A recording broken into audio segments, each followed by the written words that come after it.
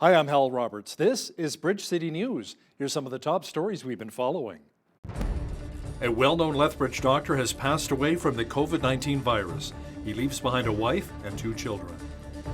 Prime Minister Justin Trudeau says the Canadian Red Cross will be helping to support mobile vaccination teams in the country. And a shooting south of the border at a FedEx facility claims 8 lives. We have the details. Your nation. Your province. Your southern Alberta. From the heart of Lethbridge, it's Bridge City News with Hal Roberts. Thanks so much for joining us. Alberta Health has confirmed that Lethbridge doctor Wayne John Edwards has died from complications related to COVID-19.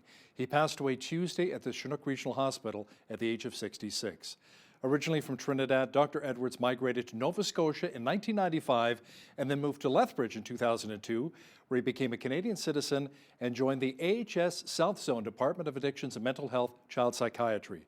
Dr. Edwards leaves behind his wife, Harriet, and 2 sons, Andre and Adrian. In a tweet, the Alberta Medical Association expressed their sadness of the loss.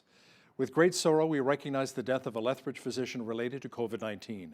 So many Albertans have lost loved ones and friends to this terrible disease. The physician community joins in mourning a colleague and leader of his health community. A National Association of Physicians is calling on the federal government to refocus its vaccine distribution strategy. The Canadian Medical Association says urgent areas should be prioritized rather than distributing vaccines to provinces on a per capita basis. The CMA says the COVID-19 crisis is unfolding in Ontario and Quebec, where ICU capacity is overwhelmed.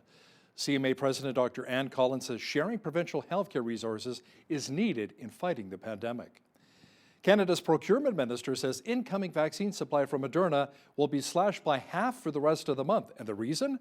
Delays to ramp up production capacity. Anita Nan says Moderna will ship 650,000 doses of its vaccine to Canada by the end of the month instead of the expected 1.2 million. She says the company also says 1 to 2 million doses of the 12.3 million scheduled for delivery in the second quarter may be delayed now until the third quarter. And Ann says Canada will continue to press Moderna to fulfill its commitments. Prime Minister Justin Trudeau says Ottawa will deploy the Canadian Red Cross to help Ontario with their mobile vaccination teams and send aid to hospitals and long-term care homes. The province of Ontario was discussing possibly implementing more restrictions to curb surging COVID-19 cases and hospitalizations. Trudeau also says Canada signed an agreement with Pfizer for another 8 million doses of its vaccine. Ontario racked up a new record of COVID-19 infections for a second straight day. The province recorded 4,812 new cases, along with 25 additional deaths. This is about getting doses to people where the situation is most serious. And we'll also continue to help on a whole range of other fronts, too. Discussions are ongoing about extra healthcare providers, and we are ready to step up. We've also already deployed mobile health units that set up more hospital beds in Toronto and Hamilton. The government of Alberta came out with some updated COVID-19 numbers today. Over the past 24 hours, there were 1,616 new cases. There are currently 423 Albertans in hospital with the virus, including 93 in intensive care. Across the province, there are 16,759 active cases. Fortunately, 149,000 Albertans have also recovered from the virus. Here in the South Zone, there are 928 active cases, including 478 of them in the city of Lethbridge. 127 in Lethbridge County, 35 in the municipal district of Taber, 17 in the Pincher Creek region, 9 in Brooks, and 103 COVID-19 cases in Medicine Hat. There is some solid research being done at the University of Lethbridge finding out how plants can help those who are battling cancer. Roy Goldstein is the director of the Cancer Cell Laboratory at the U of L, and he says there are a number of plants which can help battle the life-threatening disease. It turns out that the plants really are the best medicines in many cases, and especially in cancer. Prior to joining the University of Lethbridge, I used to work in the pharmaceutical industry, and so I'm sort of attuned to the idea of looking at plants in the first place. But really it is that the number 1, the number 2, and the number 3 cancer medicines in the world come from plants. And so, of course, that makes it a bit more obvious, knowing that maybe we need to look at some of the plants, in this area as well. Goldstein will explain which plants specifically are used in the fight against cancer, and a Q&A with Jeanette Roche coming up later in our broadcast. A donation center was started last year in Lethbridge as a way of combating the pandemic and the huge losses that many families have incurred. As Micah Quinn explains now, staff say they're in need of a number of donations to help out the less fortunate here in our city. The Streets Alive Mission Repurposed Donation Center opened last year as a result of wanting to fill a void from other thrift stores in Lethbridge that had to close. What we realized through it was there was actually a need in the city for a center like what we have here. So we now just we're going to keep it going. We're going to open now, and so individuals can come access the service year round. Walk-in appointments are now being offered for members of the community that would like to access the donation center. Kissick says that there are plenty of household items that are needed for donations. So right now, obviously, we are looking for good used furniture, kitchen tables, chairs, dressers are in need. Also seasonal clothing, so we're getting into spring, lighter jackets, even short sleeve shirts and things like that. Kissick says that Lethbridge is a generous community and residents are always willing to help out with donations. Oftentimes when we say, hey, we need something, within 3 days we've got more than enough of it. The community has always supported our organization and has continued to do that into this repurposed center. Beds are the only items at the donation center that are not accepted. Beds, just because they require special care and whatnot to ensure that they can be safely handled and given out. The center is accepting donations Monday through Friday from 9 a.m. to 4 p.m., except Tuesday and Saturday when they're open from 9 a.m. to 12 p.m. For Bridge City News, I'm Micah Quinn. It's no secret that businesses have been struggling since the pandemic started, but some establishments have found it extremely difficult to keep afloat, particularly when the province repeatedly opens and then shuts down. BCN's Jeanette Rocher spoke with a local restaurant owner who says she's thankful for the latest provincial grant, but hopes it will be enough to survive. Vicki Vandenhoek creates a makeshift patio outside her restaurant, Honker's Pub and Eatery. Ever since the province entered back into phase 1, she says it's been extremely difficult to try to revise her business to a takeout or patio style only. It is a real hard challenge for us to try to keep pivoting and figure out how we can keep continuing not doing our dine-in. That's what our business is all about. And the hardest part? It's not knowing the end date. So if it was 2 weeks, not a problem. We'll work it out for 2 weeks. But it could be 2 weeks, then it's 4 weeks, then it's 6 weeks, then it's 8 weeks, and then it's like, wow. And how long do we keep the staff going and trying to find something for them to do when we're not getting the takeout calls? Earlier this week, the province announced the Small and Medium Enterprise Relaunch Grant. And according to the Canadian Federation of Independent Business, this grant will enable struggling businesses like Honkers to stay afloat. So we are very much appreciative of the government listening to the voices of small businesses and basically reopening this grant to any small business who can then receive up to $10,000 in the third round. And if you are a business who has never applied for the program before and meet the eligibility requirements, you can access still the full up to $30,000. If it wasn't for the grants, I don't think I'd still be in business at this moment. After 3 shutdowns, or in our third shutdown, I could not have survived if there wasn't any of the grant money for or subsidies. So very, very thankful, but we can't live off of a grant. And I don't want to live off of a grant. I want to be vibrant in the community again. For Bridge City News, I'm Jeanette Rocher. A local entrepreneur is collecting carts for cash. Now, it all started a year ago for Brady Dahl when he was just 15 years old. The young man says that his business has allowed him to buy a truck and even pay for the insurance on it. Dahl has a partnership with 5 grocery stores in Lethbridge to pick up carts that have been left behind or abandoned in our city. Yeah, when we went to talk to them, they liked the idea a lot. Most of them really wanted it. So I was just driving around and just realized how many carts are just lying around and causing problems sometimes. It's usually around like 50 carts a month. I was trying to find a way to help clean up the city. Yeah, we found some in the coulees. We found one in Colehurst before, just all around town. Found a few in the river bottom. Dahl just celebrated the 1-year anniversary of his business in January. The City of Lethbridge is calling on Indigenous artists to participate in a very special project. The city is in the process of community engagement for an ongoing public art program which will see local artists' work displayed throughout the city. As Ainsley O'Reilly explains, the vision of this project is to highlight specific calls to action and to move social issues forward. If you peruse around Lethbridge, you'll find that the city is a canvas for local artists. The Public Art Program has partnered with the city's Reconciliation Advisory Committee and Indigenous Relations team. They're looking for local Métis, First Nations, and Inuit creators to help with an important project. To create monuments to survivors and families of residential schools, but also survivors and families of missing and murdered Indigenous women and girls in that national tragedy. Indigenous art is unique to its people. Very close to what we do, our ceremonies, our prayers, things that are important to us. And so that's very much reflected in the art. The deadline for submissions is on May 14th, and Lethbridge's Indigenous Relations Office says it's more than just about art. It's about a powerful message. There are a lot of really big issues that are very hard to break down and break apart and talk about. And so even if you have something like a garden or a mural, it's somewhere to start. It's somewhere to start in showing how we need to respect each other, respect the girls, respect the women, respect two-spirited people. How do we do that? The objective is to make everyone feel safe and welcome in Lethbridge. And if that means wearing a ribbon skirt, if that means drumming, if that means singing, whatever it means, whoever they want to be, that they can do that here, and it's respected and enjoyed, and that they're treated well when they're in the city of Lethbridge. For Bridge City News, I'm Ainsley O'Reilly. The Alberta Teachers Association says the province should scrap its draft education curriculum for young students and start all over. Association President Jason Schilling says most of its members feel teaching what is being proposed to kids in kindergarten through grade 6 could damage their development.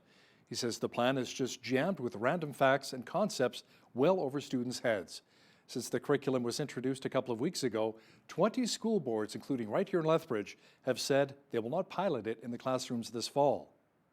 We're calling on the government of Alberta to immediately stop work on the piloting and implementation of the draft K-6 curriculum until an independent, full, and open review and rewrite can occur. The independent review must meaningfully involve a broad cross-section of certificated Alberta teachers and faculty members from the Alberta Faculties of Education, and must be properly inclusive of Francophone and Indigenous perspectives. The government of Alberta has ordered all youth sport and recreational activities in Calgary to be done outside for the next couple of weeks to limit the spread of the coronavirus. The city says it will be working with the province to understand how the change will impact its operations, services, and facilities. The move follows Alberta Education's order to move all students in grades 7 through 12 in Calgary to online learning. The Justice Centre for Constitutional Freedoms was informed today that the province will not be required to produce scientific evidence to challenge the constitutional validity of Dr. Dina Hinshaw's health orders at the trial of Pastor James Coates. John Carpe is the president of the Justice Centre, and he says the court granting the government's request is extremely disappointing. It's outrageous that the Alberta government would violate our charter freedoms to move, travel, associate, assemble, worship, have Easter brunch or Christmas dinner with your mother. All of these things are illegal. And at the trial of Pastor James Coates and Grace Life Church on May 3rd, the government was supposed to have produced evidence to back up its position that these health orders are justified. And the government asked to be excused and asked for an indefinite delay before the government would produce its evidence. So this is disgusting and outrageous that a government would violate our charter rights and freedoms, and then when called to account in court, the government says, oh, we don't have the medical evidence, we don't have the scientific evidence to justify these health orders, we need a delay. This is after 13 months of lockdowns, so it's very disappointing. Pastor James Coates from Grace Life Church in Spruce Grove, Alberta, goes to trial beginning on May 3rd for breaking the government's health restrictions. Manitoba plans to expand eligibility for COVID-19 vaccines to include first responders and all adults living in communities most at risk. Health Minister Heather Stephenson says the plan is to include frontline police and firefighters. She says in communities where the risk is greatest, All adults will be eligible, with an emphasis on people in public-facing jobs such as teachers. The province is dealing with the start of a third wave of the pandemic with an increase in daily case numbers. There are concerns when it comes to Aaron O'Toole's carbon tax plan. Now that's according to Ross McKittrick, who's a professor of economics at the University of Guelph. McKittrick says Canadians are already struggling, so discussing a new tax may not be a good plan of attack right now. One of my concerns with the Conservative approach to this is I think they recognize that this is not a good time to impose really costly measures on the economy, and these are not policies that have a very strong motivation behind them. And yet at the same time, they're saying they're going to achieve the Paris targets just as fast or even faster than the Liberals. I don't think they can square those two halves of, or they can't reconcile those two halves of their position. Catch the full interview with Ross McKittrick, who discusses the pros and cons of a federal carbon tax. That's coming up after Business News.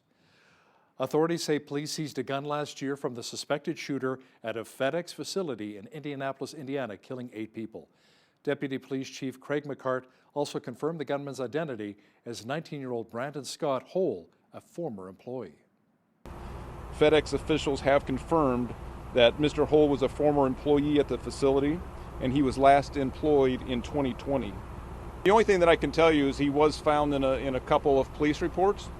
That's all that we have. One of those is from last year, and one was from, I believe, 2013 possibly. I honestly don't have a lot of information on that report. I know a gun was seized in the one from last year, but that's all the information that I have on those right now.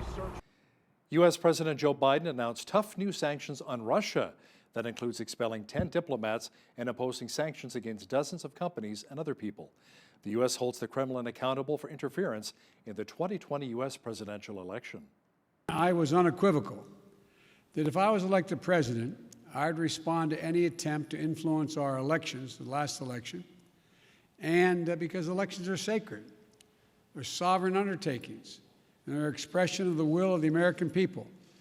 And we cannot allow a foreign power to interfere in our democratic process with impunity. When President Putin called me in January after I was sworn in to congratulate me, I told him that my administration would be looking very carefully, now that we had access to all the data, at the issues to assess Russia's role, and then determine what response we would make. Students from 2 Florida school districts created something very special to honor a school district employee who recently died. They toppled 15,000 boxes of cereal as a unique tribute. Take a look. 3, 2, 1. Woo! Here we go. All right, we made the first corner. And the second corner.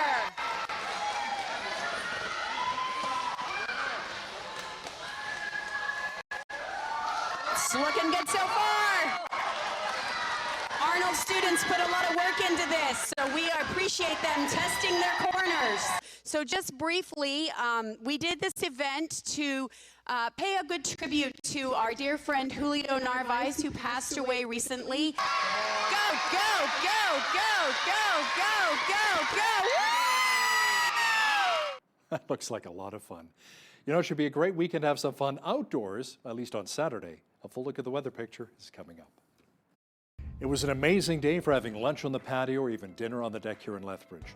Jeanette Rocher is back with a look at the weather forecast. Jeanette, the warm temperatures will be sticking around as we kick off the weekend. Yeah, well, we have a gorgeous Saturday sitting in front of us, Hal. I'm pretty excited about this. High of 20 degrees. I think that's our first one this year, as a matter of fact. Lots of sunshine as well. About a 40-kilometer-per-hour wind tomorrow, and should be lightening up to about 20K by tomorrow afternoon. So maybe, like you said, a great day to go sit out on the patio, because, you know, get that out of your system on Saturday, because on Sunday, look what happens. We're going to be seeing rain. What can I tell you? Sunday is going to be rain. Look at that temperature drop too, from 20 down to 4 degrees, and then back up to 7 on Monday with a mix of sun and cloud. 13 on Tuesday, 14 on Wednesday. We could see a possibility of some showers next Thursday as well, with a high of 6 degrees. It is April, what can I tell you? We're a little bit all over the place, but definitely getting out of that seasonal high of 13 degrees. Average low for this time of year, -130 was our high temperature back in 1984. I wish I could say we broke a record today, but not even close if you see that, 30 degrees. -11 was our low temperature on this day in 1953. 6:37 is when the sun rose this morning and our sunset this evening at 8:25 p.m. for a lovely Friday evening. Over on the West Coast tomorrow, pretty decent. Look at those temperatures. Victoria, 22 degrees. Going to feel a little bit chillier by the water though. 18 degrees in Vancouver. And further you go inland, you're going to hit more of temperatures around 25 degrees. In Edmonton tomorrow, 18 degrees, 19 in Calgary with lots of sunshine, 40k wind in Calgary as well tomorrow. Now in the prairies, this is that weird area where we get those wind chills in the morning, UV indexes in the afternoon. 15 degrees is the high for Saskatoon, 10 for Regina, 12 for Winnipeg with sunny skies there as well. Over in central Canada, a little bit more precipitation happening here. A chance of showers tomorrow in Toronto, 13 degrees the high. Same thing for Ottawa with some showers there. 11 degrees the high in Montreal with a mix of sun and cloud. As we look further east into the Maritimes, this is where we're getting the really bad bulk of weather for Canada. We're seeing rain mixed with snow flurries in all three of these cities. So Fredericton, Halifax, Charlottetown. We're looking at rain, like 5 millimeters of rain, about 2 centimeters of snow in all of those cities. In St. John's, Newfoundland, though, mainly cloudy skies, 2 degrees. The drizzle doesn't start until tomorrow night, so they have that to look forward to for the weekend. There you have it. That is your forecast. Happy Friday, everyone. The head of WestJet Airlines says it was bittersweet to learn that Ottawa reached a $5.4 billion pandemic relief deal with rival Air Canada. Ed Sims says the aid package for the WestJet rival could be problematic unless his company receives equal treatment. In a recent memo, Sims told employees that he's insisting on comparable terms as negotiations continue with Ottawa. Among other things, he says he's asking for new aircraft financing and domestic tourism stimulus. Analysts say a CRTC ruling yesterday will likely give two of Canada's mid-sized telecommunications groups room to grow. Consumers groups have slammed the landmark regulatory ruling, putting new restrictions on the big three wireless carriers, saying it does little to help new entrants into the market. Analysts took a more favorable view. They say Videotron will have more options to strengthen its base in central Canada, and Cogeco may now be able to advance its goal of adding wireless to its internet and cable TV networks. Stats Canada says wholesale sales dropped 0.7% in February to $68.9 billion, but were still the second highest on record. The decline followed a sales gain of 4% in January. It was led by a 6.1% drop in the building material and supply sector as housing starts declined across many markets in North America. Sales of motor vehicles, parts and accessories dropped 2.5% amid a shortage of computer chips on a wide range of vehicles. Now, here's a look at today's markets. The TSX was up 29 points on the day to finish at 19,351. The Dow was up 164 points to 34,201. The S&P 500 was up 15 points to 4185, and the Nasdaq was up 13 points on the day to 14,052. West Texas Intermediate oil was down 34 cents to 63.12 US per barrel. Natural gas was up 3 cents to 269 US.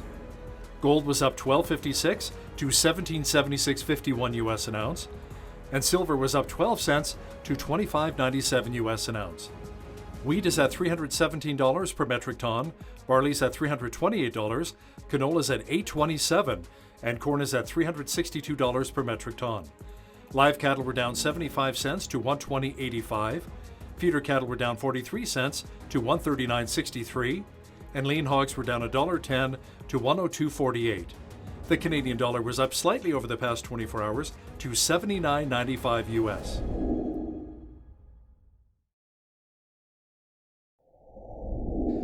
Recapping one of our top stories this hour, Alberta Health has confirmed that Lethbridge doctor Wayne John Edwards has died from complications related to COVID-19. He passed away Tuesday at Chinook Regional Hospital at the age of 66. Originally from Trinidad, Dr. Edwards migrated to Nova Scotia in 1995, then moved to Lethbridge in 2002, where he became a Canadian citizen and joined the AHS South Zone Department of Addictions and Mental Health Child Psychiatry. Dr. Edwards leaves behind his wife Harriet and his two sons Andre and Adrian. Ottawa has said the higher carbon tax will have almost no effect on the Canadian economy. Now, that's not entirely true, according to a professor of economics from the University of Guelph. Hear what Dr. Ross McKittrick has to say on that matter in just a moment. The federal government's plan to impose a $170 per ton carbon tax in place nationally by the year 2030 will result in 30,000 fewer jobs here in Alberta. Now, that's according to a new study released by the Fraser Institute. Joining me now to talk about it from Guelph, Ontario, is the co-author of the study, Dr. Ross McKittrick, a professor of economics at the University of Guelph and a senior fellow at the Fraser Institute. Dr. Ross, welcome back to Bridge City News. Thanks. Good afternoon. Now, the federal government has said the higher carbon tax will have almost zero impact on the economy, but your study suggests otherwise and will in fact have a major impact on employees across the country, including here in Alberta. Mm-hmm. Yeah, it was never credible of the government to say a tax of this magnitude would have no effect on the economy. I don't know why they would say that, but they've also not released any analysis of it. So if they have some magic model that gives them that result, then they should release the details. But otherwise, I think it just represents wishful thinking on their part. The analysis that we did at the Fraser Institute uses a very conventional macroeconomic modeling framework. And one of the points that I made in the report was that when we look at all the modeling work that was done by the government for the Kyoto Protocol about 20 years ago, for similar size emission reductions, we're just getting roughly the same numbers that they were getting back then, including the employment impacts. So I think that their claim that their plan would have no impact on the economy was never credible, and I think the numbers that we've published here are a lot more realistic. Now, you estimate a 1.8% decline in gross domestic product. How did you actually come up with that number?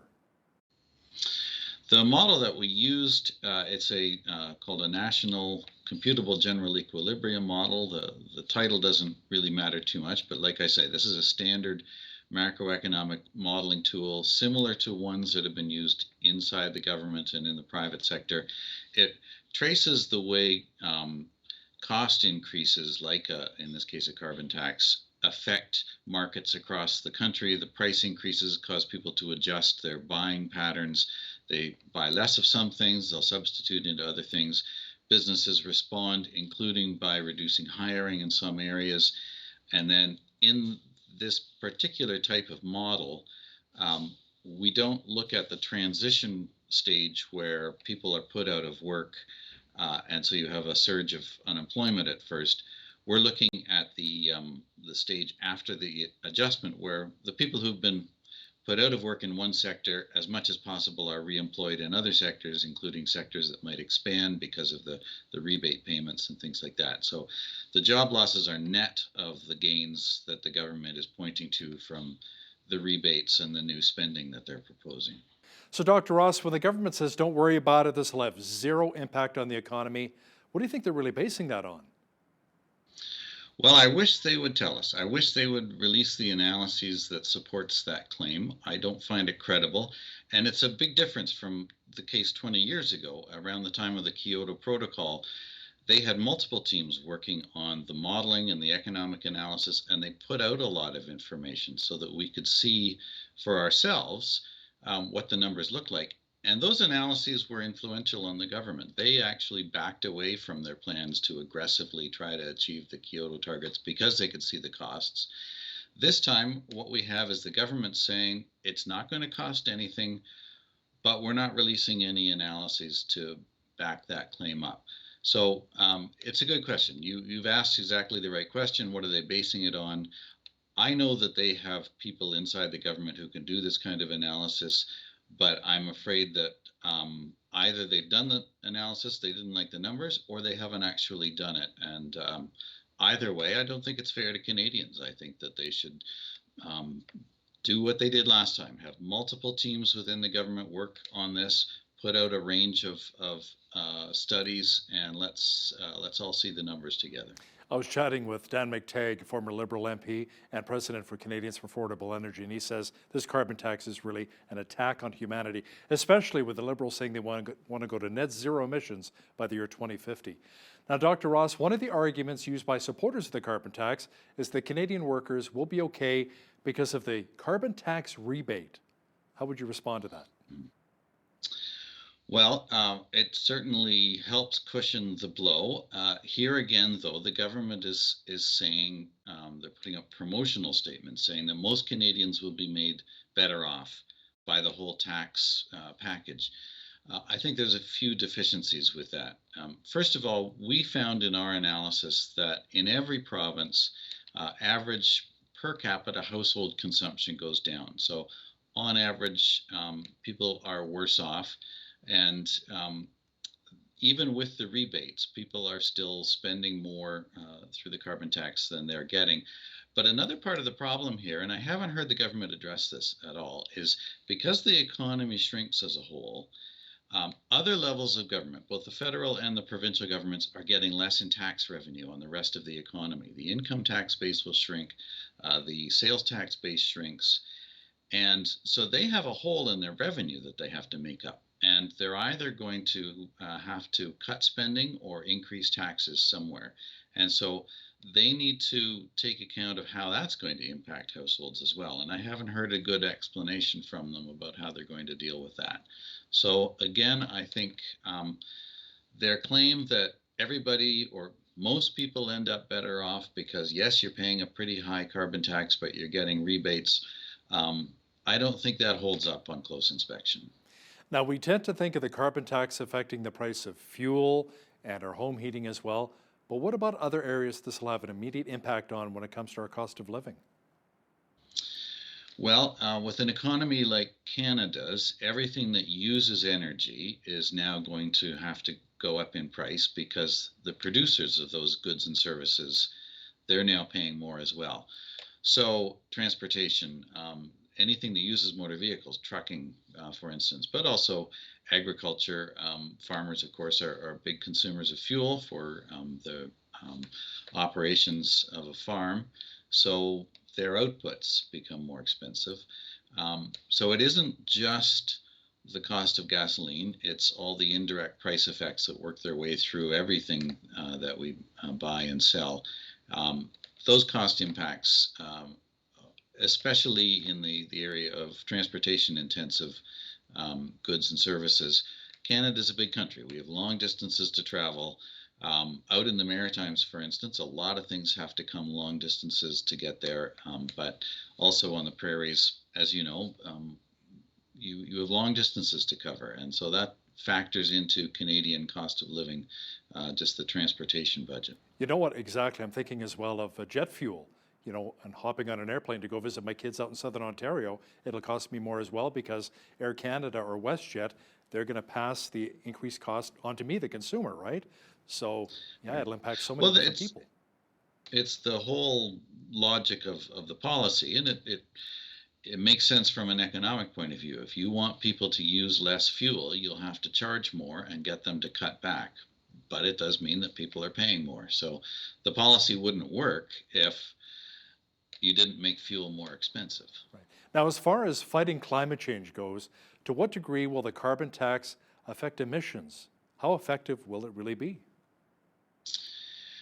Right now, that's the big unanswered question. The problem with things like heating fuels, transportation fuels, the demand for those kinds of energy, it's what we call inelastic. It means it's not very responsive to price.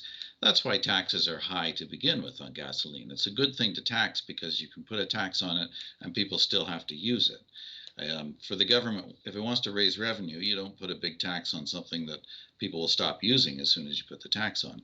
So we've long known that gasoline, for instance, is not very responsive to price changes, at least in the short run. And so in order to get emissions down a long way, you have to increase the tax quite high. And so the the big question is, will they succeed in getting emissions down if people just keep using the fuels and are willing to pay more? We'll have to wait and see, but the calculations that we did are they will get part of the way to the Paris targets, but they still are going to need to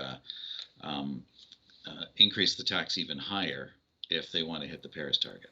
Business owners have been hit very, very hard during the pandemic, especially with the lockdowns and the restrictions.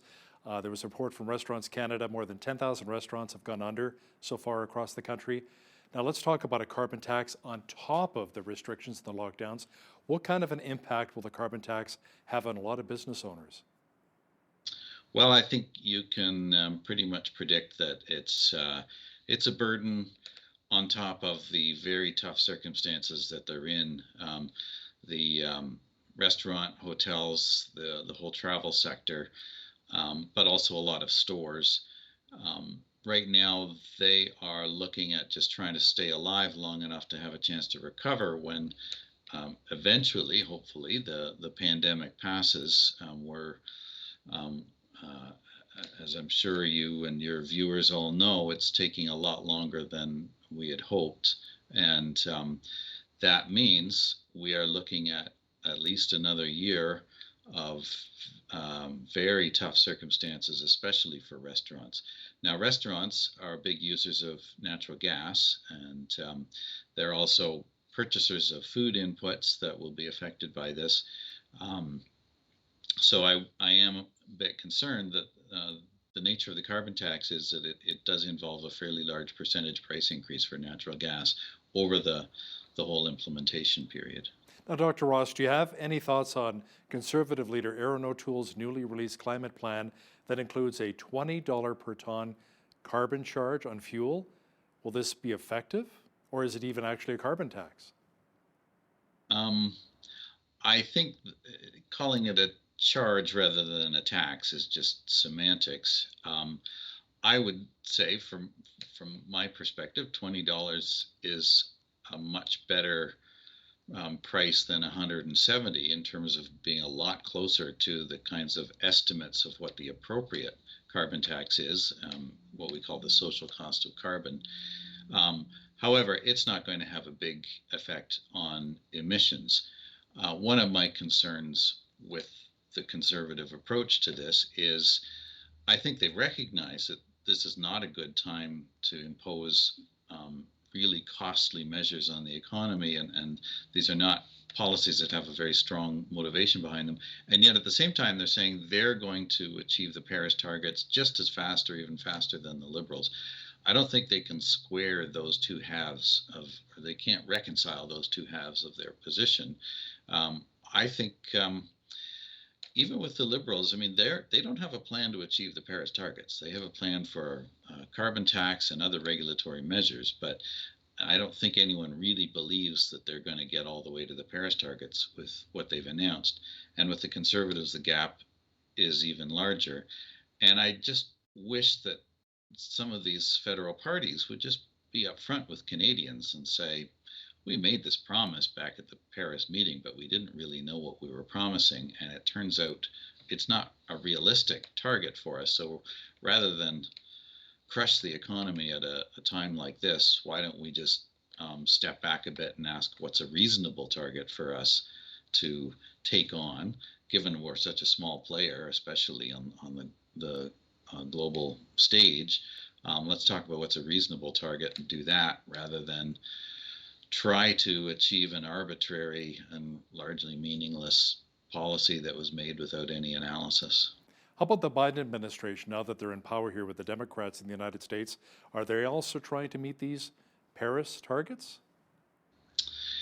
Well, they've said that they're going to rejoin the Paris Accord and meet their targets. Ironically, the United States has reduced its emissions quite a bit more than Canada has, but that's partly because they had a large fleet of coal-fired power plants that when they retired, they were switched over to natural gas. But they have the same challenge as we do: long geographical distances, a growing population. I mean, that's more than anything for Canada. That's the driver of our increased emissions. We have a rapidly growing population, and the government wants the population to keep growing. It's the same in the United States. Their population is growing, And so that means more people driving, more people using fuels. And so the Biden administration, I think they see this as a chance to do a bit of what I would call virtue signaling on the world stage. They're going to rejoin the Paris target, but it's unlikely they're going to put a package of policies that gets through Congress that would actually get them the kinds of emission reductions that are required. Dr. Ross McKittrick, Professor of Economics at the University of Guelph, thanks for joining me today. My pleasure. Natural treatments for our health and well-being are becoming more popular today, but how many of us are aware that plants can help us fight cancer, and that this may be happening right here in our own backyard in southern Alberta? Joining me to discuss this is Dr. Roy Goldstein. He is the director of the Cancer Cell Laboratory and the Natural Product Laboratory at the University of Lethbridge. He's also the vice president of the Natural Health Product Research Society of Canada. That is a mouthful. Dr. Goldstein, welcome to the show. It's good to have you on today. Thank you. So thank you for having me today.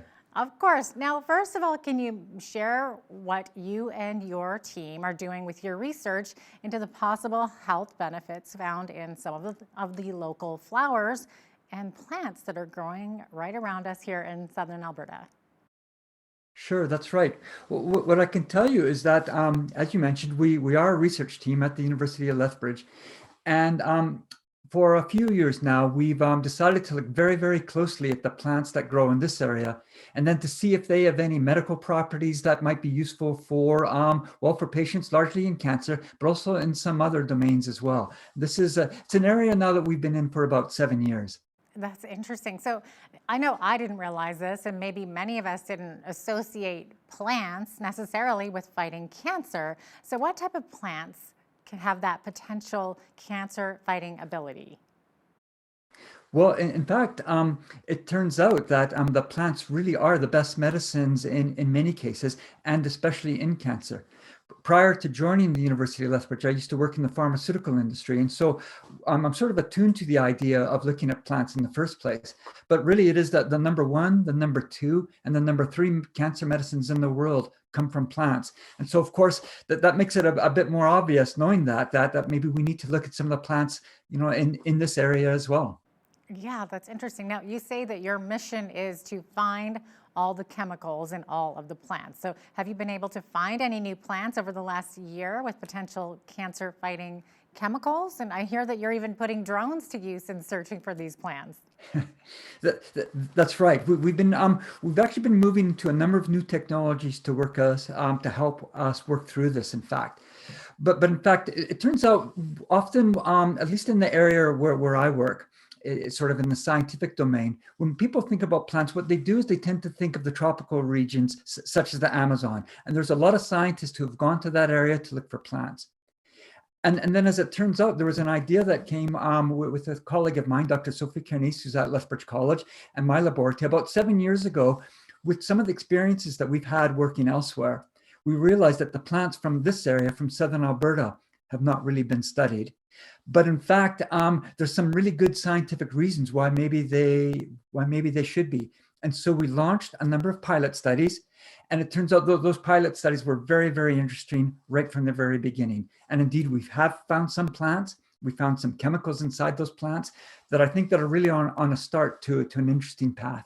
Yeah, it's interesting that you have a collaboration with Lethbridge College, in which I've actually had the opportunity to speak with Dr. Kernice. So that was pretty fascinating as well.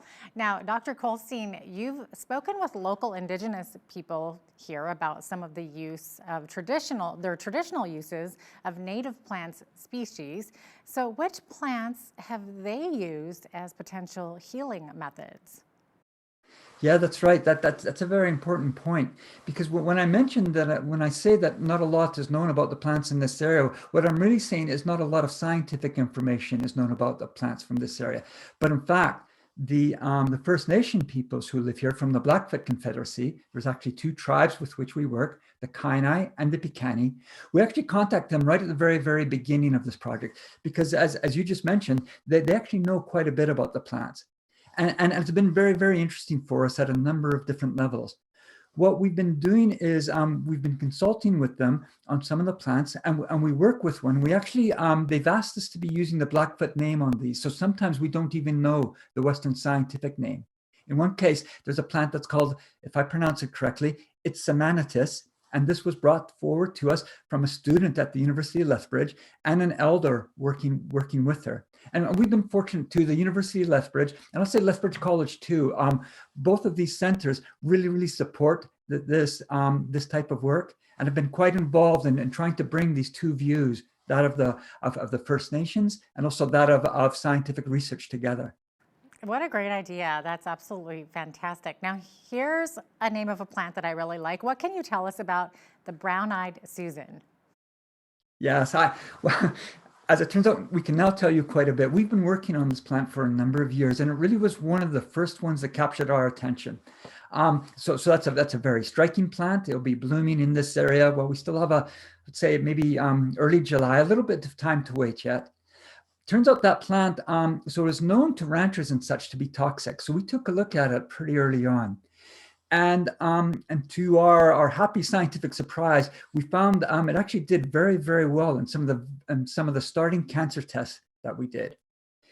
Some of the work that we've done on it, we've isolated the chemical that's responsible for that anti-cancer activity. We're very closely with scientists in University of British Columbia and in Switzerland on this project, because it turns out to be this chemical stops cells, cancer cells especially, from dividing. And so we want to know a lot more about it. It turned out to be important too, because it opened our eyes really to some new problems and to some plants in this area that might have similar properties as well. No, that's one of our star plants. That is absolutely fascinating. Is that being used already in modern medicine, or is it kind of just on the tip of your research basically right now? No, it's on the tip of our research. These processes are quite long. That's going to take a few years. We really have to do quite a bit of work yet, and we're bringing in more teams from other centers to help us to go faster with these studies. When I say I have to be careful, it's I talk about this as being potential cancer treatments. It doesn't mean that these aren't medicines. What it does mean, however, is that they're on the right path to getting there, and then they'll be looked at very carefully and to see just how good they are. Interesting. Now, I understand that the wolfberry plant, also known as the snowberry, is showing signs of promise when cells from these plants are exposed to light. Can you explain how you get the right part of the plant and how it needs to be treated to reveal potential use in fighting cancer? Yes. That was a very interesting story for us as well, in fact, because it began, there was a person who lived on a small farm just outside of Edmonton who actually contacted us. And she said that maybe we should look at this plant. And she contacted us really at the right time. We had the opportunity and the resources to start that. And what it turns out is that there's the plant as the wolfberry or the snowberry. It too has some very interesting chemicals in it. These chemicals probably are going to be more for a different disease. They're going to be linked with, well, they are linked now with a disease. It's a rare childhood disease that's called a Pelge-Huet syndrome. And the reason why that turned out to be very important for us in my laboratory and also at the university is that we were never expecting that. And so it's teaching us a bit of a lesson that we really need to keep our eyes open, and that we really need to look carefully at all the plants that are here, because we can't really be sure, we can't predict ahead of time what we're going to find. And so by looking at all of them, and earlier you mentioned our mission, that's why we want to look at all the plants and all the chemicals that are inside them. I think we're going to find some very interesting things that way. I think you are too. Now, do you have a ballpark guess as to how long it may take to see these plants actually used to treat cancer?